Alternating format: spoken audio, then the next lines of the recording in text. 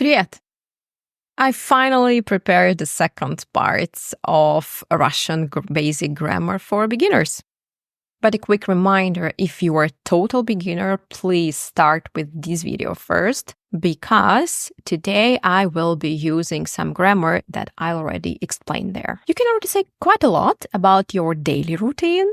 And for today's presentation of new grammar, I've chosen the topic vacation, since it's also a pretty common conversation topic. But before we begin, disclaimer. In this video, I will focus on the most frequently used forms. If you prefer to learn all endings at once, this video may not be for you. Additionally, we won't cover exceptions in this video. If you prefer a different order of learning grammar, that's perfectly fine. Study in whatever way works best for you. Let's start with possessive pronouns. Most of possessive pronouns in Russian agree with the noun in gender, number, and case. And today we are going to learn 4 possessive pronouns: my, your, informal, his, and her. The first one is мой, which means my for masculine nouns. For example, мой муж. Моя for feminine nouns. Моя семья. Моё for neuter nouns. For example, моё путешествие. My trip. And the last one is мои for plural nouns. Мои друзья. The next one is ты, so your, informal. Твой for masculine nouns. Твой друг. Твоя for feminine nouns. Твоя семья. Твоё for neuter nouns. Твоё путешествие. And the last one is твои for plural nouns. Твои друзья. Now, so we're going to learn the form her, and as you can see, we have only one form, which means that we say её друг, её семья, её путешествие и её друзья.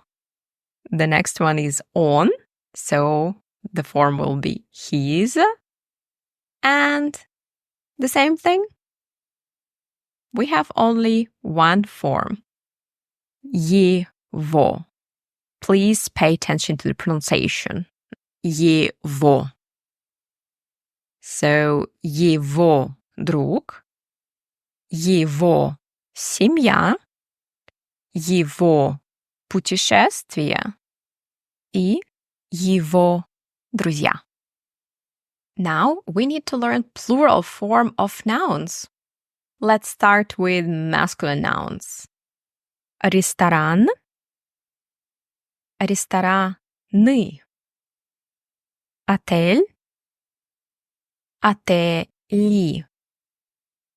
Музей, музеи. Have you noticed something? If we have a zero ending, we should simply add u. If the last letter is soft sign, we change it with e. And instead of y, we should write and say e. Feminine nouns. Улица, улицы. Мечеть, мечети. Галерея, галереи. Let's have a look. Have you noticed something here? a becomes ü. Soft sign becomes I. And ja turns into I. And the last one is neuter nouns. Посольство, which means an embassy. Посольство.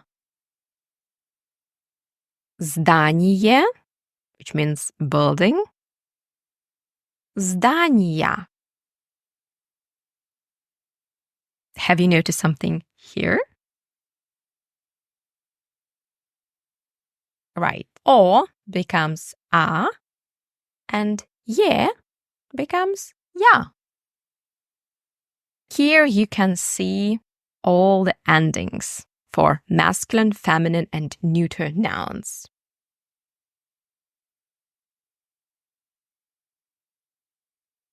Now let's learn some locations. Ресторан, музей, озеро, магазин, галерея, площадь, отель, небоскреб, театр, монастырь, мечеть, аэропорт. It's time for a short story. Где я была? Я была в Москве. В Москве есть рестораны, музеи, озера, магазины, галереи, площади, отели, театры, монастыри, мечети, аэропорты и небоскребы. It looks pretty simple, right? But unfortunately, it's not the end. Now we need to learn about 7-letter spelling rule. So we have 7 letters: J, Sh, Sh, Ch, K, G, H, after which we cannot write U. Instead, we always write E. For example, we have these 3 locations: река, парк, пляж. As you can see, the last consonant is K for река, K for парк, и J for пляж. So, река becomes реки, I, not U. Парк, парки, and пляж, пляжи. Well, we learned plural forms of nouns, so now, obviously, we need to learn how to make adjective plurals. From the previous video, you probably remember that we have 2 types of endings, hard and soft. And again, today we're going to cover hard endings because they are the most common ones. The first plural ending is «ые». For example, красивые музеи or интересные театры. Let's learn some common adjectives. Новый, старый, современный, интересный, красивый. It's time to expand my very short story. В Москве есть старые и красивые музеи, новые театры, интересные монастыри, современные небоскребы. It is so simple. But we have also the second ending, «ие». Let's have a look at some examples. Большие музеи, высокие небоскребы. So what's the difference? Maybe you've noticed something? Yeah, again, it's a 7-letter spelling rule. Ж, Ш, Щ, Ч, К, Г, and Х. Never write U. Always write И. Here's how it works. Большие музеи. You can see that the last consonant is sh, and it is part of these 7 letters. It means after we should write И. That's why большие музеи we use И, not U. And the same goes with маленькие парки, because К also in this group, and высокие дома. Let's learn some adjectives. Большой. Маленький. Тихий. Дорогой. Высокий. В Москве есть большие магазины, маленькие озера, дорогие отели, тихие парки, высокие небоскребы. You can see that in all these adjectives, I used the «ие» ending because of the last consonants and the 7-letter spelling rule. I didn't go to different places in Moscow alone. And now we need to learn the instrumental case because I'm going to use the preposition «с», which means with. Let's start with a very short story. Я обедала в ресторане с подругой. Я ела лапшу с бульоном и мясом и пила чай с печеньем. I used here the preposition с, which means with, and you can see some changes. So бульон, masculine, подруга, feminine, мясо and печенье are neuter. In the instrumental case, the ending for masculine nouns will be om. For feminine nouns, ой. For neuter nouns ended in o, om. And for neuter nouns ended in ye, the ending is ем. To be able to practice this case, I think we need some ingredients. And later on you will see why. So the first one is рыба, картошка, йогурт, хлеб, молоко, сыр, мясо, рис. Это кофе с молоком. Это хлеб с сыром. Рыба с рисом.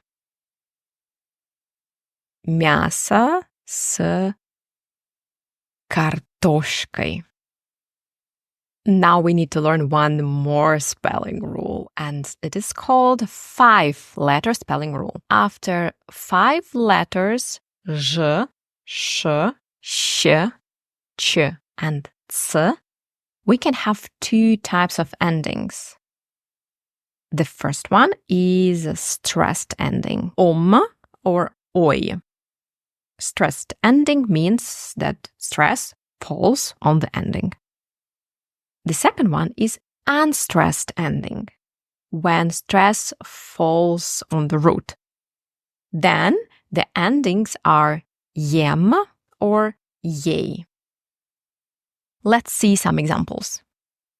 We have here 3 more ingredients: курица, огурец и груша. You can see that the last consonants are ц and sh. Груша. Stress falls on the letter u and it stays there, and it means that the ending in the instrumental case will be unstressed. Here we have галета с грушей. The second one is огурец. Here stress falls on е, and in the instrumental case we drop that yeah, and stress moves to the ending, so we get the stressed ending. That's why sandwich с огурцом. The last one is курица. Stress falls on the letter U. That's why we receive салат с курицей, because the ending is unstressed. Now we also need to learn the plural forms. If in a singular noun the last letter is a consonant, or a, or o, the plural ending is ami. For example, банан, so 0 ending, the last one is a consonant. Груша, a, яйцо, the last one is o. We get с бананами, с грушами, с яйцами. But if the last letters are е or я, the ending is ями, like in the words печенье or дыня, which means melon. С печеньями, с дынями. Now I will share a little story with you what I did in Moscow. So мы с, подруга is a feminine noun. So мы с подругой завтракали в ресторане. Я ела блюдо с яйцо in plural form, с яйцами, соусом, because sauce is masculine, и хлебом, because хлеб is also masculine. Пила кофе с молоком. Моя подруга ела яичницу с орехами. Plural. И тоже пила кофе. Now I want to expand my story, and for that we need to learn the accusative case of adjectives. But first, the accusative case of nouns. If you remember, masculine and neuter nouns, we don't have any changes. And only for feminine nouns, we change a into u and я into you. Like я читала книгу or я читала информацию. We had also an example. Я ела. So pizza is a feminine noun. Burger is a masculine and avocado is neuter. Я ела пиццу, burger, no changes, и avocado, no changes. I have some great news for you. So for plural nouns, no changes in the accusative case.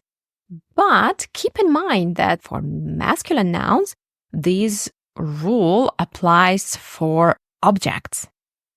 The same for plural nouns. Now let's have a look. Вкусный завтрак. Завтрак is masculine. Мы с подругой ели вкусный завтрак. No changes. Новое блюдо. It is neuter. Мы заказали новое блюдо. No changes again. Интересные десерты. Plural. Еще мы ели интересные десерты. No changes. Now, feminine nouns. We remember about the endings u and you. And I have here two small examples. Запеканка. It's a type of dish. So, я заказала запеканку. Дыня. If you remember, it means melon. Я хотела заказать дыню. Now, if I add two adjectives. Вкусная турецкая запеканка. According to the rule, if I want to say я ела, then you can see that all a letters we should turn into u, and all ya letters become you. Can you guess what we get? Я ела вкусную турецкую запеканку. We can see that for the adjectives, я becomes you. For example, я люблю вкусную еду. And the other forms in the accusative case, they are the same as in the nominative case. Now I want to expand my short story and let's practice. Мы с подругой завтракали в ресторане. Я заказала маленькое вкусное блюдо. No changes because it's neuter. С яйцами, соусом и хлебом. И кофе с молоком. Моя подруга заказала необычную яичницу с орехами, а также черный кофе. Потом мы заказали десерт. Сначала я хотела небольшую дыню, но заказала турецкую запеканку. It's in the picture. I didn't go only to restaurants, but also to different people and their places. And to be able to talk about that, we need to learn about the dative case. Let's start with a short story. В Москве я ходила не только в ресторан, но и к подруге, и к ее коту. We use here the preposition к, which means to or towards. We already learned about verbs of motion, ехать, ездить и идти, ходить. And we already know two prepositions. The first one is в. We use with enclosed spaces, buildings, countries, cities, and towns. And на we use with open spaces and events. And now we can add the third one, к, that we use with people. So let's have a look again. В Москве я ходила не только в ресторан, но и к подруге и к ее коту. Maybe you can see the pattern here. But I will help you. Кот is masculine. Я ходила к коту. The ending is у in the dative case. Подруга is feminine. Я ходила к подруге. Ending is е. Семья. Я ходила к семье. Here, the ending is also е. Pretty easy, right? Now, one more short story. В Москве я ездила к маме и папе. Еще я ходила в гости к подруге. У нее есть кот. И обычно я говорю, что ходила в гости к ее коту. В Москве у меня есть еще одна подруга. У нее есть кошка. И я ходила в гости к ее кошке. Now, let's learn 3 more verbs that also require the dative case. Покупать. Дарить. Давать. After these verbs, we use dative case. Let's have a look at one example. Я покупаю сувениры маме и мужу. I buy souvenirs for my mom and husband. Сувениры in the sentence are in the accusative case. Я покупаю что? Direct object. And маме and мужу, for whom маме and мужу are indirect objects. So I have to use dative case. Again, one more short story for you to practice this. Я часто покупаю подарки маме и подруге. Также я дарю сувениры мужу, его маме и брату. А еще другу и его девушке. I understand that the concept of direct and indirect objects can be a bit tricky and difficult. So at this point, I would recommend you to make a list of the most common verbs that require the usage of the dative case and practice them. And the last grammar for today is the genitive case. Let's start with a very simple phrase. У меня есть муж, which means I have a husband. И у меня есть means I have. You already know this. But what you probably don't know is that меня is the form of the genitive case. And in this construction, after есть, муж is in the nominative case. If I want to speak about other people, I also have to use the genitive case. For example, у мужа есть брат. Муж is masculine, so I have to add the ending «а». Мужа есть брат. У подруги есть брат. Подруга is a feminine, ending is «и». Муж, masculine, so masculine nouns, the ending is «а» in the genitive case.